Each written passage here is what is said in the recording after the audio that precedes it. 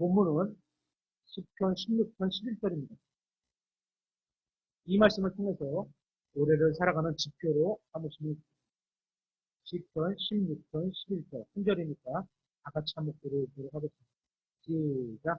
주께서 생명의 행로를 내게 보이시리니 주의 얼굴 앞에는 충만한 기쁨이 있고 주의 오른쪽에는 영원토록 즐거움이 있나이다. 분명 오른쪽 그러니까 뭐 우파냐 좌파냐 이런 얘기 아닙니다. 분명 오른쪽은 나갑니다.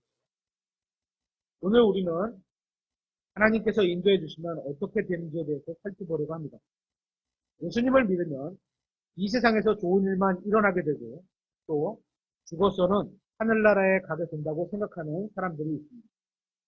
그러니까 죽어서 하늘나라에 가는 건 맞지만 이 세상에서 예수님을 믿는다고 해서 항상 좋은 일만 일어나는 것은 아닙니다. 성경은 단 한 번도 그렇게 말씀하신 적이 없습니다. 오히려 하나님의 뜻대로 살고자 하는 사람은 박해를 받을 것이라고 말씀하고 있습니다. 성경은 우리가 예수 그리스도를 자신의 구원자로 받아들이면 하나님께서 우리를 어둠의 권세에서 자신의 사랑하는 아들의 왕국으로 옮겨주시고 그리스도와 함께 하늘에 앉혀주시고 우리의 이 낡은 장막집, 육신의 이 몸이죠, 을 벗어버리게 하실 것이라고 말씀하셨습니다. 그리고 우리는 구원받는 순간 예수 그리스도 안에 있기 때문에 이미 필요한 모든 영적인 복을 받았습니다. 그럼에도 앞으로 우리는 더 많은 영적인 복을 받을 것이고 또 예수님과 함께 재림하면서 물질적인 복도 받게 될 겁니다. 그런데 가장 중요한 복은 이미 받았습니다. 왜냐하면 예수님을 받아들이는 순간 성령 하나님께서 우리 안에 들어오셨기 때문입니다. 그렇게 가장 중요한 영적인 복은 이미 받았습니다. 우리가 앞으로 받을 것보다 구원받는 순간에 이미 받은 것이 비교할 수 없을 정도로 훨씬 더 좋은 것들입니다. 대표적인 게 상속자로서 아들이 되는 자격을 받은 것입니다. 이것보다 더 좋은 게 어디 있겠습니까? 우리는 예수님을 믿는 순간 이미 구원받았기 때문에 다시 구원받을 필요가 없습니다. 우리의 몸은 아직 변화될 필요가 있지만 우리의 혼은 예수님을 믿는 순간 영원한 구원을 받았기 때문에 다시 구원받을 필요는 없습니다. 우리의 몸은 이 세상에 있고 우리의 혼도 아직 이 몸 안에 있지만 우리의 영은 내 안에 있는 동시에 또 예수님과 함께 하늘의 처소들에 이미 앉혀져 있습니다. 한번 찾아보겠습니다. 에베소서 2장 6절입니다.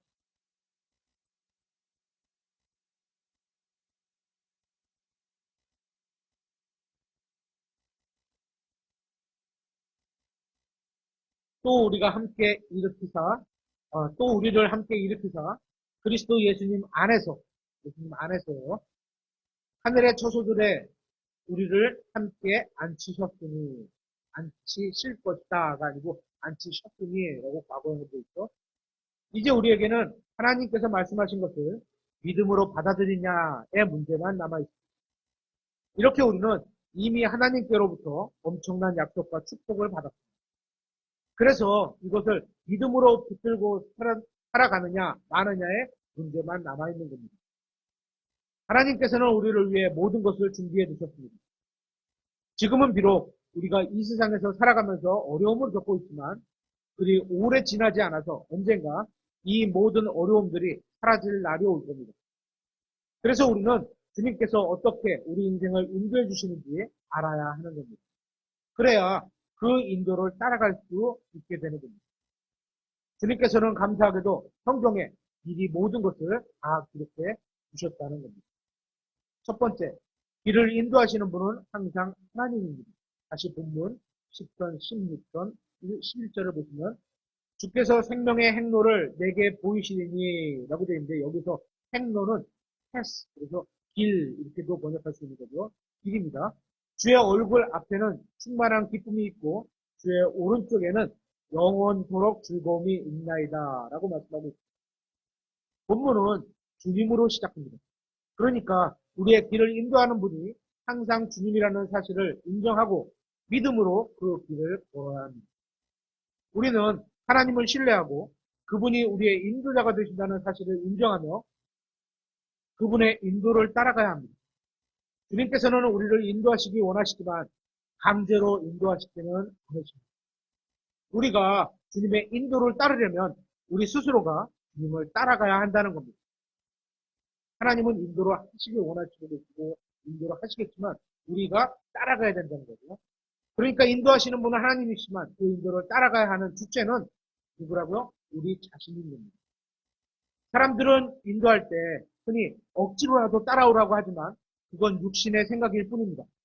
주님은 우리가 따라가기 싫은데 우리를 강제로 인도해 주시는 게 아니라는 겁니다. 주님을 따라가는 방법은 자원에서 주님의 말씀을 따라가야 하는 겁니다. 왜냐하면 주님께서는 결코 자신의 말씀을 벗어나서 누군가를 인도하지는 않으시기 때문입니다. 그래서 우리가 기억해야 할 첫 번째 사실은 주님께서는 우리를 인도해 주시고 우리가 주님의 인도를 따라야 한다는 겁니다. 두 번째, 주님께서는 길을 보여주십니다. 다시 시편 16편 11절을 보시면 주께서 생명의 행로를 내게 보이시리니, 여기서 보이시리니를 영어 성경으로 보면 will show 이렇게 되어 있습니다. 보여주는 게 하나님의 뜻이라는 겁니다. 성경은 우리가 주님께 순종하면 주님께서 길을 보여주실지도 모르겠다고 하지 않았습니다. 우리가 하나님의 말씀을 믿으면 길이 보인다고 말씀하고 있습니다. 주님께서는 자신의 말씀에 순종하는 모든 사람들에게 길을 보여주십니다. 100% 보여주십니다. 우리가 순종하고 주님의 말씀을 신뢰하기만 한다면 반드시 주님께서는 보여주실 겁니다.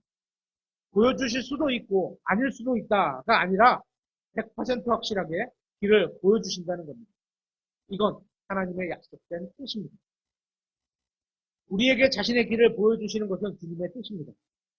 우리가 주님을 신뢰하기만 한다면 보여주실 수도 있고 보여주지 않으실 수도 있고 이런 것이 아니라 반드시 보여주신다는 겁니다. 주님께서는 우리에게 자신의 길이 무엇인지 보여주시기를 간절히 원하고 계십니다.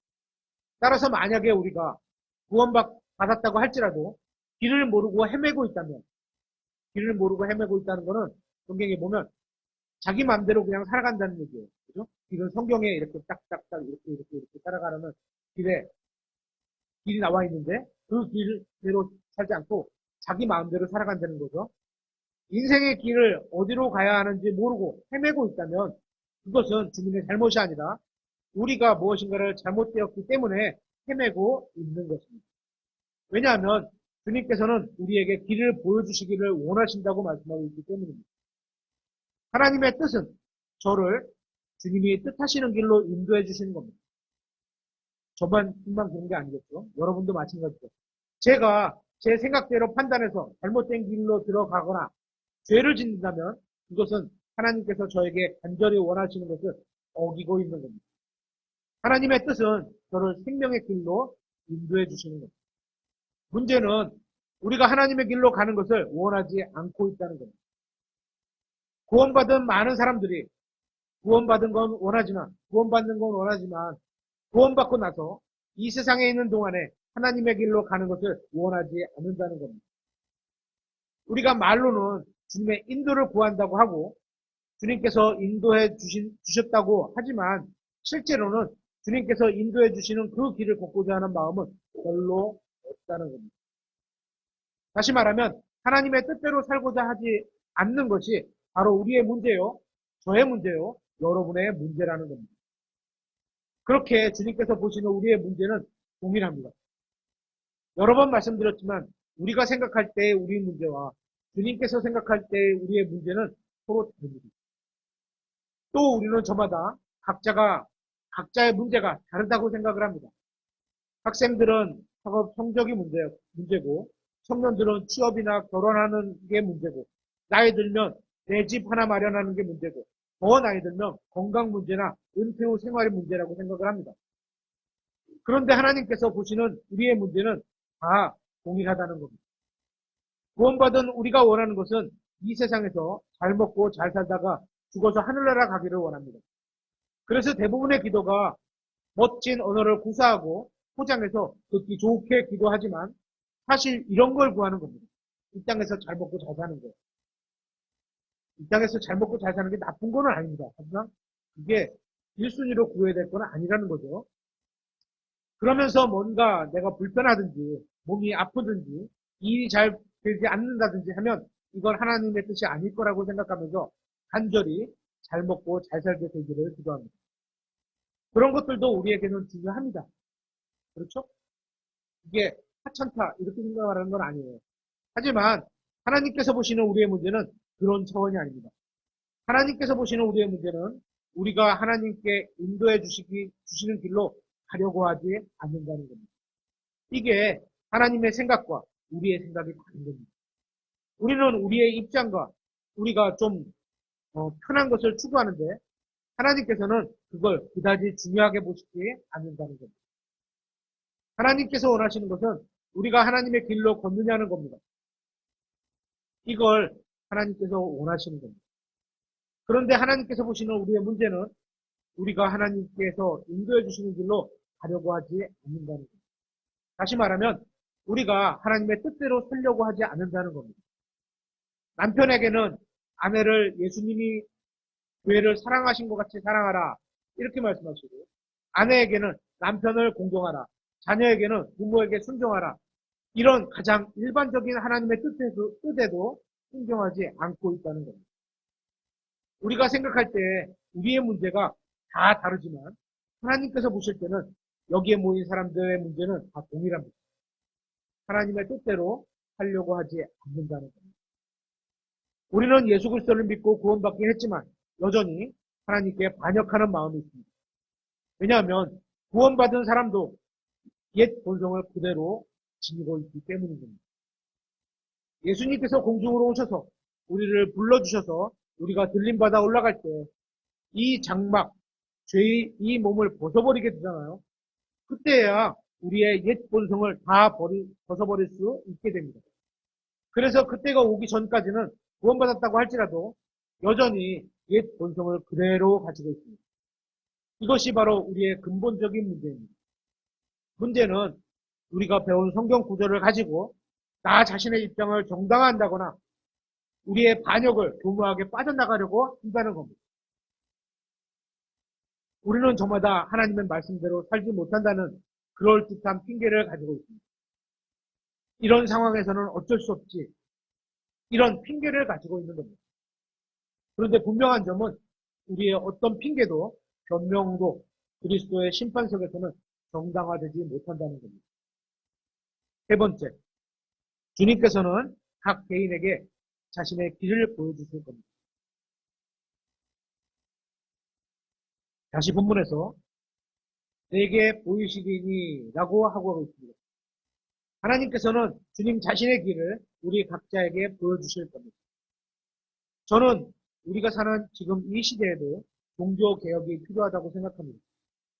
카톨릭 교회나 개신교회뿐만 아니라 킹제임스 성경을 믿는 독립침례교회들도 개혁이 필요하다고 생각합니다. 왜냐하면 우리가 바른 성경을 믿고 바른 하나님을 믿고 바른 교회를 다닌다고 하면서도 실제로는 하나의 종교로 생활을 하고 있는 사람들이 많기 때문입니다.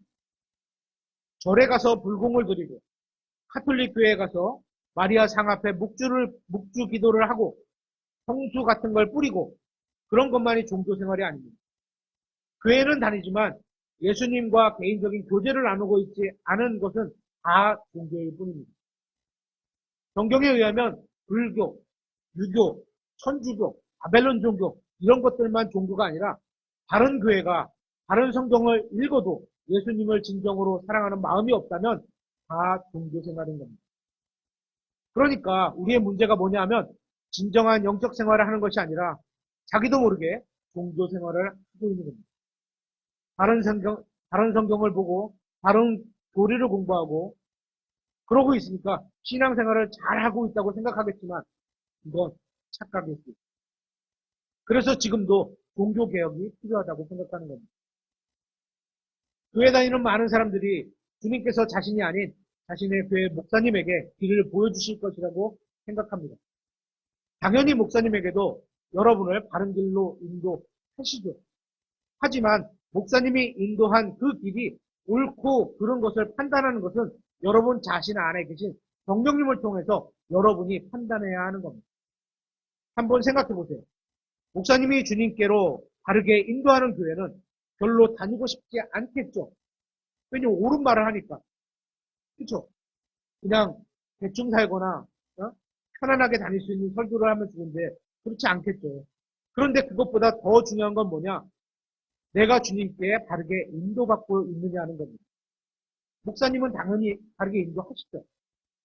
그런데 여러분이 바르게 인도받고 있느냐는 겁니다. 자신은 주님과 바르게 관계를 갖지도 않으면서 목사님이 주님과 바른 관계에 있는 교회만 찾는다면 그건 주님과 바른 관계에 있는 게 아닙니다. 아무리 목사님이 주님과 바른 관계에 있는 교회를 다녀도 내가 주님과 바른 관계에 있지 않다면 그건 무슨 소용이 있겠습니까? 아무리 좋은 교회를 다녀도 내가 주님과 바른 관계에 있고 바른 교제를 나누고 있지 못하다면 그게 그리스도의 심판석에서 무슨 소용이 있겠냐는 겁니다. 그리스도의 심판석은 우리 각자가 자기에게 보여주신 하나님의 말씀에 어떻게 반응했는지 이걸 심판받는 자리입니다. 여러분이 아무리 바른 성경을 믿고 바른 교리를 가르치는 바른 교회에 다닌다고 할지라도 날마다 예수님과 동행하지 않는다면 예수님과 날마다 개인적인 교제를 나누지 않는다면 그건 아무 소용이 없다는 겁니다. 이 길을 추구하는 사람만이 걸을 수 있는 길입니다. 그 길을 걷기를 원하시는 분은 목사님이나 저와 개별적인 상담을 하시길 바라겠습니다. 여러분 각자가 하나님의 인도를 받아들여야 한다는 겁니다. 다윗은 그걸 알고 있었습니다. 그래서 주님께서 자기를 인도해 주신다고 알고 있었던 겁니다. 만일 여러분이 다시 태어나 하나님의 자녀라면 여러분 안에는 하나님의 거룩한 영께서 거하시면서 여러분을 바른 길로 인도해 주실 겁니다. 아니요. 정확히 말하면 인도하려고 하실 겁니다. 누가 해야 된다고요? 여러분이 그 인도를 수용해야 된다는, 따라가야 된다는 겁니다. 베드로전서 2장 9절에 이렇게 되어 있습니다. 그러나 너희는 선정된 세대요 왕가의 제사장이요 라고 말씀하고 있습니다. 이 말씀은 모든 사람이 다 각자가 하나님 앞에 나아갈 수 있다는 겁니다. 목사님이나 사역자를 통해서 나아가는 것이 아니라 각자가 하나님 앞에 나아갈 수 있다는 겁니다. 그래서 각자가 하나님과 개인적인 교제를 나누는 것이 중요하다는 겁니다. 구원받은 사람이라면 단 한 명도 예외 없이 하나님의 자녀이면서 동시에 제사장입니다. 우리가 속한 영의 나라는 제사장들로 이루어진 제사장 왕국입니다. 여러분은 제 말이 아니라 하나님의 말씀에 순종해야 하고 인도를 받아야 합니다. 교회의 권위는 목사님이나 사역자에게 있는 게 아니라 우리가 믿는 하나님의 말씀인 성경에 있다고 믿습니다. 교회를 지배하는 것은 어떤 사람이 아니라 하나님의 거룩하신 영과 그분의 말씀이어야만 합니다. 여러분이 구원받았다면 여러분은 이 둘을 모두 가지고 있습니다. 따라서 여러분은 개인적으로 주님의 인도를 받을 수 있고 개인적으로 주님과 교제를 나눌 수 있습니다. 하나님의 인도를 받는 비결은 단순히 좋은 교회를 다니고 좋은 성경을 읽고 좋은 설교를 듣는 것만으로는 충분하지 않습니다. 우리는 좋은 설교도 들어야 하고 좋은 교회에 다녀야 하고 좋은 성경도 봐야 하고 다 좋은 겁니다. 하지만 이런 것으로는 충분하지 않다는 겁니다.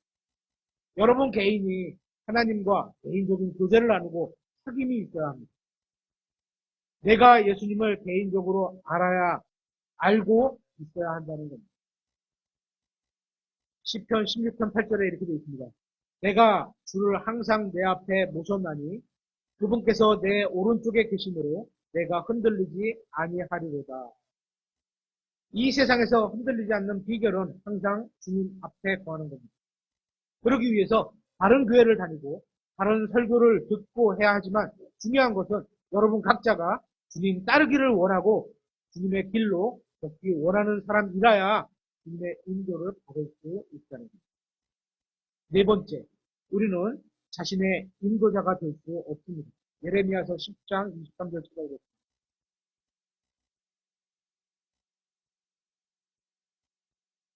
예레미야서 10장 23절.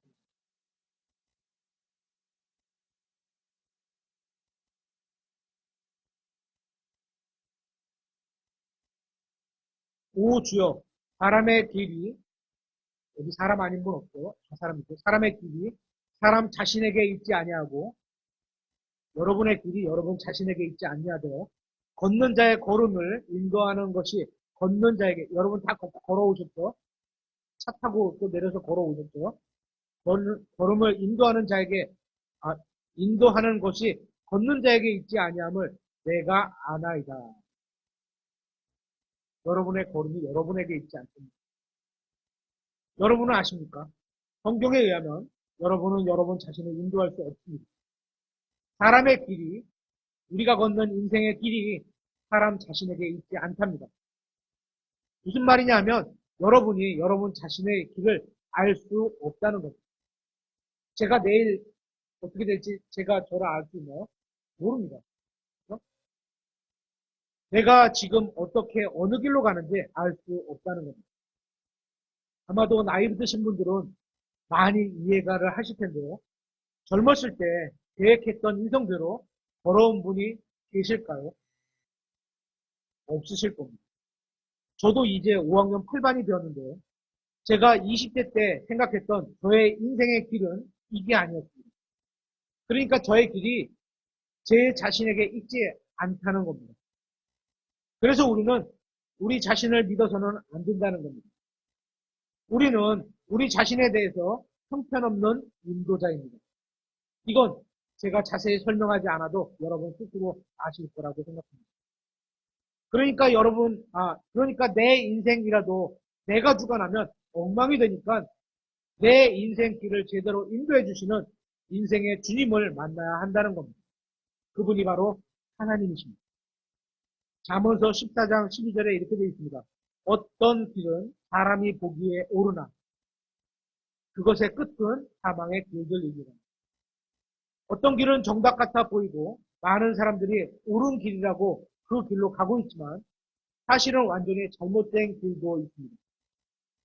만약 우리 자신은 우리의 인도자가 만약 우리 자신이 우리의 인도자가 될 수 없다면 누가 우리의 인도자가 될 수 있을까요? 당연히 하나님께서 인도자가 되실 수 있습니다. 다섯 번째. 그러면 하나님은 우리를 어떻게 인도하실까요? 인도하시는 조건이 뭘까요? 이사야서 30장 21절을 찾아보도록 하겠습니다.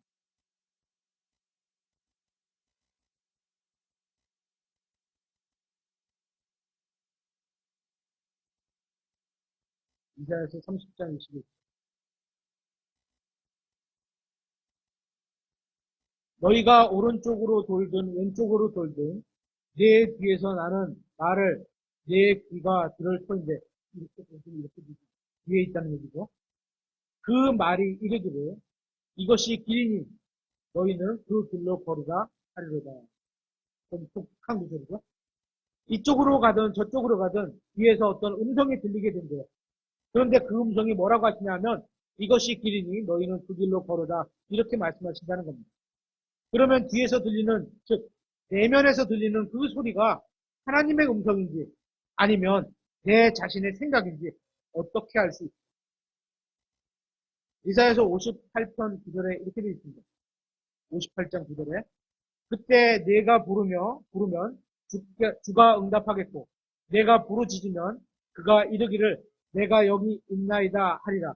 만일 내가 내 한가운데서 멍에와 손가락질 하는 것과 헛되이 말하는 것을 없애고 이렇게 말씀하고 있습니다. 그러니까 이 말씀에 의하면 주님의 인도를 받는 천지 조건은 구속된 멍에를 끊는 겁니다. 여기서 말하는 멍에는 율법주의를 의미합니다.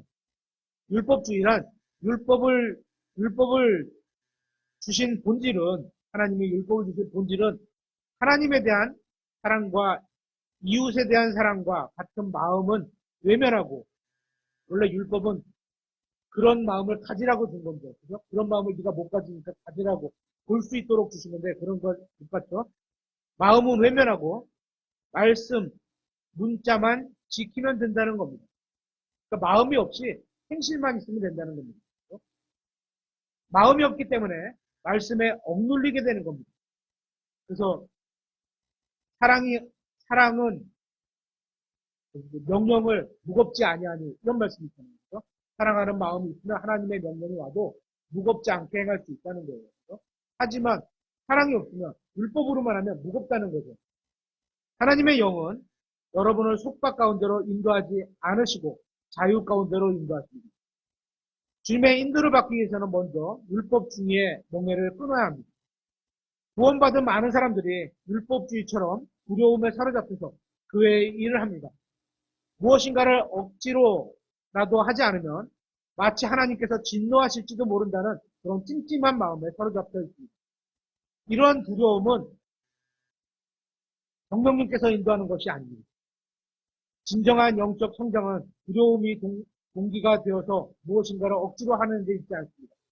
주님을 사랑하는 마음과 주님의 은혜가 동기가 되어서 자발적으로 하는 데 있습니다. 그리고 주님을 알면 알수록 주님을 더 사랑하게 됩니다.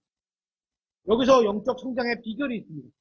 하나님의 말씀을 받았는데 그 말씀을 억지로 하는 것이 율법주의고, 똑같은 하나님의 말씀을 받았는데 말씀은 받았어요.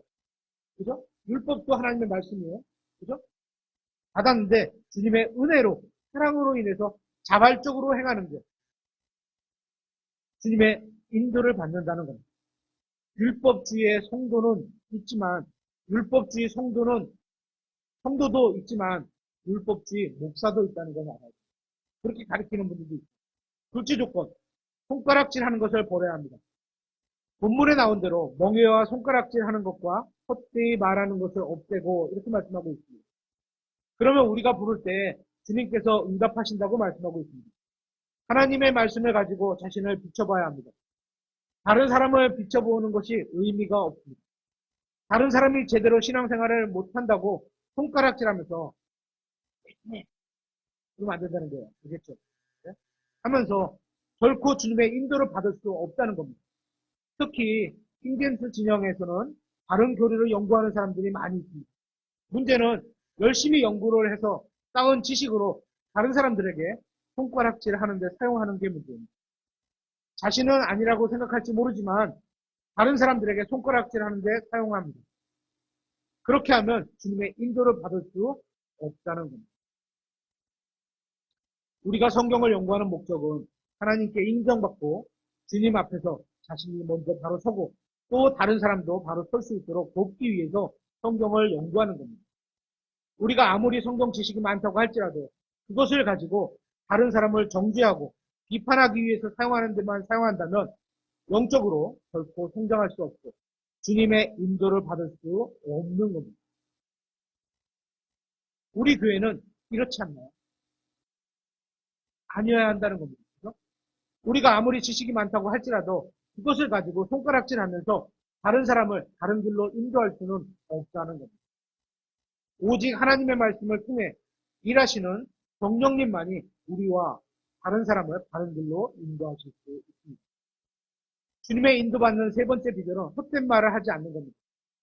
우리는 모두 그리스도의 심판석에서 우리가 한 모든 말에 대해서 심판을 받게 될 겁니다. 모든 행위와 모든 말에 대해서 심판받게 되기 때문입니다. 그래서 우리는 가치 있는 말을 해야 합니다. 가치 있는 말이란 다른 사람을 세워주는 말을 해야 하는 겁니다. 그렇게 생명을 전해줄 수 있는 말을 해야 하는 겁니다. 그리스도의 대사로서適당한 말을 해야 합니다. 주님께서는 사람이 마음에 가득한 것을 입으로 말한다고 하셨습니다. 우리가 헛된 말을 하는 이유는 우리의 마음에 헛된 것으로 가득 차 있기 때문입니다. 그러니까 우리가 바른 말을 하기 위해서는 먼저 우리의 마음에 바른 것들로 가득 차 있어야 합니다. 저 사람 말은 잘하네. 이런 얘기가 있습니다. 말을 잘하는 건 잘못된 게 아닙니다. 하지만 말만 잘하는 건 잘못된 겁니다. 말은 잘하는데 행동을 잘못하는 건 잘못된 일이지만 일단 바른 말을 잘 해야 하는 것은 옳은 일입니다.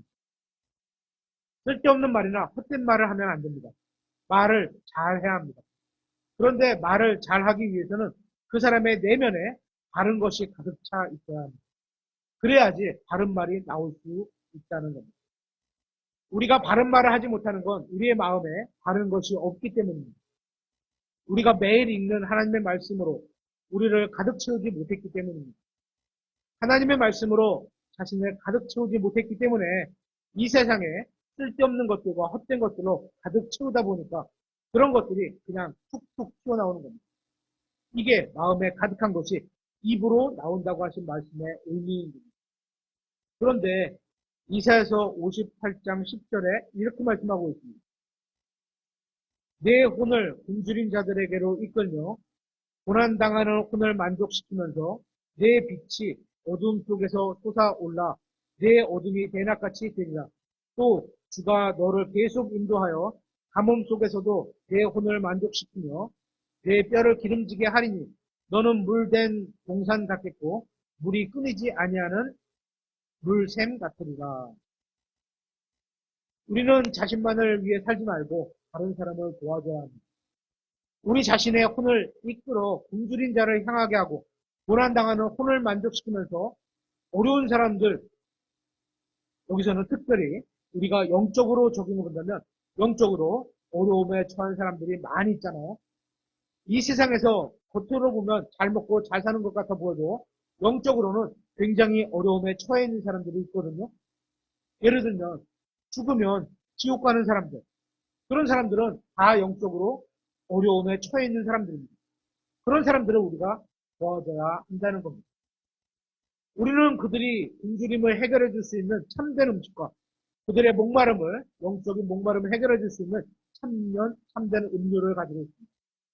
우리는 어둠 속에서 굶주린 자들에게 참된 생명과 빛이 되시는 예수 그리스도를 알려주어야 합니다. 구원받았든 구원받지 못했든 상관없이 여러분 중에는 영혼이 메마른 분들이 있을 겁니다. 구원받지 못한 사람들은 다 갈증 가운데 있는데 여러분 중에는 영혼의 갈증, 구원은 받았는데도 불구하고 혼이 여전히 메말라 버린 상태에 있는 사람이 있을 수 있다는 겁니다. 왜 혼이 메말라 버렸는지 아세요? 자신만을 위해서 자신 생각으로 살기 때문입니다. 구원받았는데도 삶이 왜 캄캄한지, 어둠인지 아세요? 캄캄한 어둠 가운데 있다는 게 다른 게 아닙니다. 뭘 해야 할지, 어디로 가야 할지, 인생의 방향을 모르는 게 캄캄한 어둠 가운데 있는 겁니다. 이건 구원과는 또 다른 문제입니다.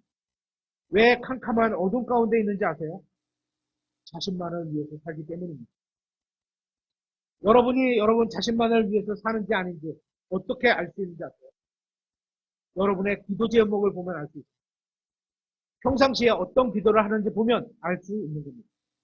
여러분이 기도하는 것들이 과연 누구를 위해서 하는 것인지 아무리 좋게 포장한다 할지라도 나 자신만을 위해서 하는 기도라면 그건 나 자신만을 위해 살고 있는 겁니다.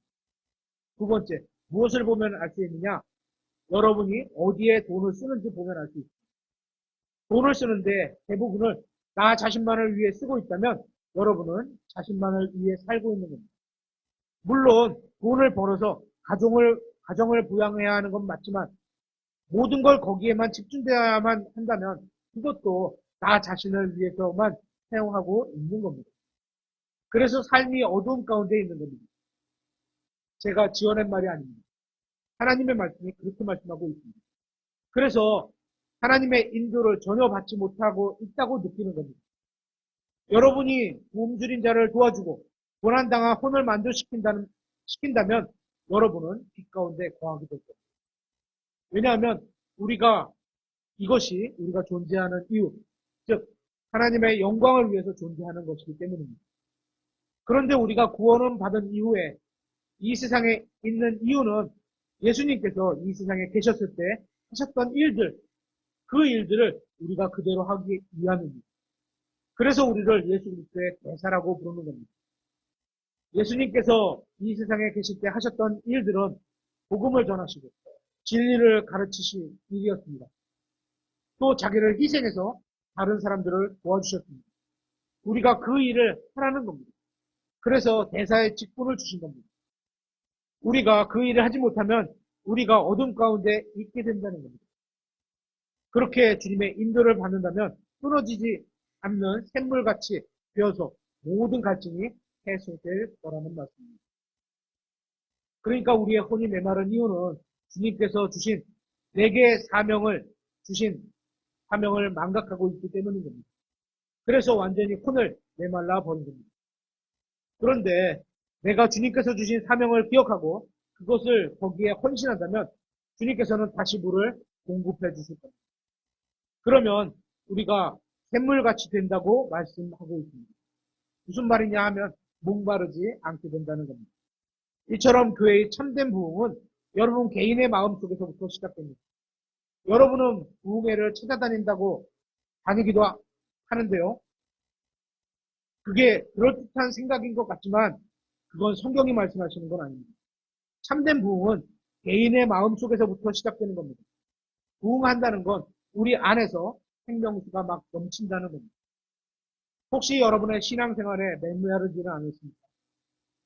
그 이유는 교회 때문도 아니고 설교제 때문도 아니고 옆에 있는 다른 형제 자매들 때문도 아닙니다. 여러분 자신이 주님과 교제를 제대로 나누고 있지 못하기 때문입니다. 구원받은 내가 왜 이 세상에 살아야 되는지 그 이유를 망각하고 있기 때문에 신앙이 메말라 버린 겁니다. 여러분이 주님 앞에 나와 교제를 나눌 때 여러분의 삶에 생명수가 넘치게 될 겁니다. 그렇게 한 사람 한 사람이 주님과 교제를 나누면 교회도 역시 부흥이 일어나게 될 겁니다. 하나님은 항상 그 자리에서 우리를 기다리고 계십니다. 성경도 항상 그대로 있습니다. 만일 여러분이 어둠 가운데 있고 메마른 영적 생활을 하고 있다면 그것은 하나님이나 성경의 잘못된 것이 아니라 여러분의 잘못입니다. 여러분이 영적 갈증을 느끼는 이유는 하나님의 인도를 따르지 않기 때문입니다. 여러분이 주님의 인도를 따르면 어떤 상황에 처해 있든 상관없이 여러분은 만족을 얻을 수 있습니다. 어쩌면 여섯 번째, 오직 하나님만이 다른 길을 보실 수 있습니다. 시편 32편 8절을 보겠습니다. 시편 32편 8절.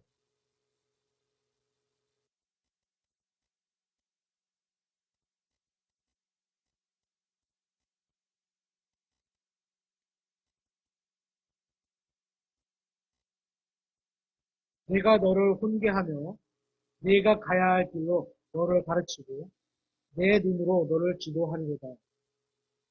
우리는 바른 길을 보지 못하지만 하나님께서는 보실 수 있습니다. 오직 하나님만이 바른 길을 보실 수 있기 때문에 우리가 가야 할 인생의 길로 인도하실 수 있는 분은 하나님밖에 없습니다. 우리는 영광의 왕좌에 앉아 계신 하나님께서 이 세상에서도 우리를 바르게 인도하실 수 있다는 사실을 인정해야 합니다. 하나님은 영광의 왕좌에 지금 앉아 계시죠. 그러면서 모든 것을 다 아십니다. 그런 하나님께서는 우리가 이 세상에서 어디로 가야 할지, 어떻게 가야 할지 다 알고 계신 분입니다. 그 하나님께서 우리의 인생이 앞으로 어떻게 펼쳐질지 아실까요? 모르실까요? 아시겠죠. 그렇기 때문에 우리의 인생을 주님께 맡겨야 하는 겁니다. 우리 인생을 주님께 맡긴다는 게 무슨 말인지 아세요? 하나님의 말씀인 성경대로 살아야 한다는 겁니다. 성경대로 산다는 게 뭐냐면 내 생각과 하나님의 말씀이 다를 때 하나님의 말씀대로 사는 겁니다. 남편이 남편의 역할을 제대로 하지 못하더라도 존경하라는 말씀에 순종하고 사는 겁니다. 반대로 아내에게 사랑할 만한 게 없더라도 아내를 사랑하라는 말씀에 순종하고 사는 겁니다. 내 생각과 하나님의 말씀이 똑같다면 그대로 살면 되는데 내 생각과 하나님의 말씀이 다르다면 그때는 내 생각을 접어버리고 하나님의 말씀에 순종하고 살라는 겁니다. 그게 하나님을 믿는 겁니다. 우리가 의심하고 불평하고 걱정하고 염려하는 이유는 주님을 전능하신 분으로 인정하지 않기 때문입니다. 주님과 동행하는 방법은 쉽고 단순합니다. 전혀 복잡하지 않습니다. 우리가 우리의 생각이나 느낌이나 주장을 버리고 주님의 말씀을 붙들고 사는 겁니다. 그런데 그런 생활이 어렵다고 느껴지는 이유는 주님이 내 인생을 인도하시기를 원하지 않기 때문입니다. 시편 73편 24절에 이렇게 되어 있습니다. 주께서 주의 공고로 나를 인도하시고 나중에는 나를 받아주사 영광에 이르게 하시니. 주님께서는 우리의 인도자가 되실 뿐만 아니라 우리를 영광으로 받아주신답니다. 여기에는 다른 조건이 없습니다. 여러분이 구원받아서 하나님의 자녀가 되었다면 이 세상에서 여러분이 어떠한 삶을 사는지와 상관없이 얼마나 큰 성공을 거뒀는지와 상관없이 아니면 얼마나 크게 실패했는지와도 상관없이 영광에 이르게 하신다는 겁니다.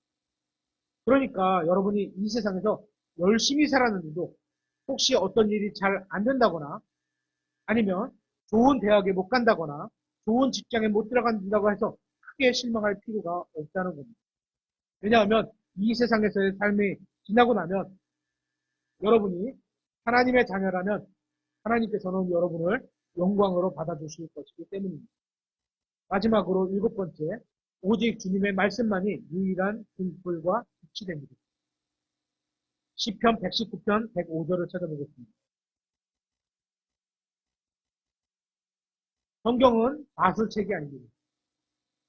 그저 몇 구절 읽기만 하면 무엇인가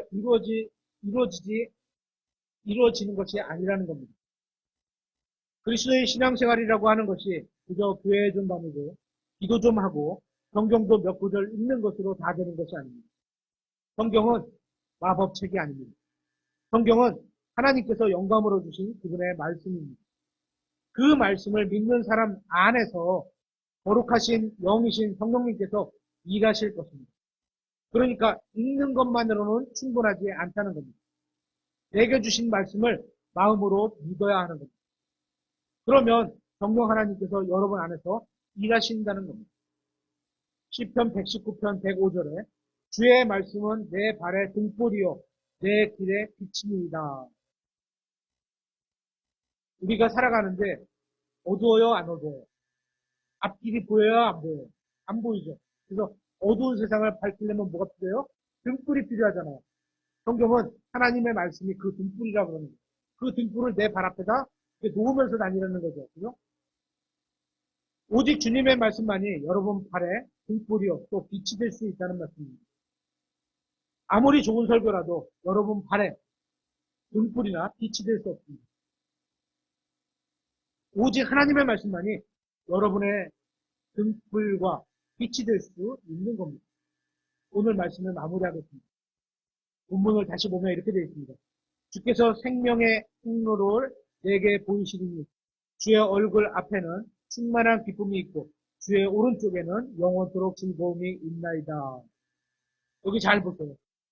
오직 주님께만 충만한 기쁨이 있습니다. 만일 여러분이 아직 충만한 기쁨을 맛보지 못했다면 이 말씀을 한 번 더 진지하게 생각해 보시기 바랍니다. 그런데 주님의 오른쪽에는 충만한 기쁨이 있답니다. 그러면 우리가 어디에 있어야 하는 거죠? 오른쪽에 있어야 되는 거잖아요. 그죠? 주님의 오른쪽에 있어야 주님의 충만한 기쁨을 누릴 수 있는 겁니다. 그런데 같은 장 8절을 보시면 좀 이상하게 보이는 구절이 있습니다. 10편, 16편 8절에 내가 주를 항상 내 앞에 모셨나니 그분께서 내 오른쪽에 계심으로 내가 흔들리지 아니하리로다. 이 두 구절을 연결해서 생각해 보신 적이 있어요. 주님이 제 오른쪽에 계시려면 저는 주님의 왼편에 있어야 하는 게 일반적이죠. 그렇죠? 그런데 하나님과 바른 관계를 맺기 위해서는 어떻게 해야 하냐면 하나님께서 내 오른편에 계셔야 하고 나도 하나님의 오른편에 있어야 한다는 겁니다. 이렇게 설 수 있는 방법은 서로 마주보는 것밖에 없습니다. 그러니까 얼굴과 얼굴을 마주보며 주님 앞에 서 있는 게 이게 서로가 오른쪽에 있는 겁니다. 손을 잡고 오른쪽에 서 있는 겁니다. 오직 주님과 이런 관계에 있을 때만 충만한 기쁨과 영원한 즐거움이 있는 겁니다. 이렇게 맞죠? 사랑하는 사람과 이렇게 맞잡고 막 이렇게 빌리고 돌기도 하잖아요. 영화 보면 그런 거죠. 이 세상에서의 어떤 일을 당하고 어떤 상황에 처해도 흔들리지 않게 되는 겁니다.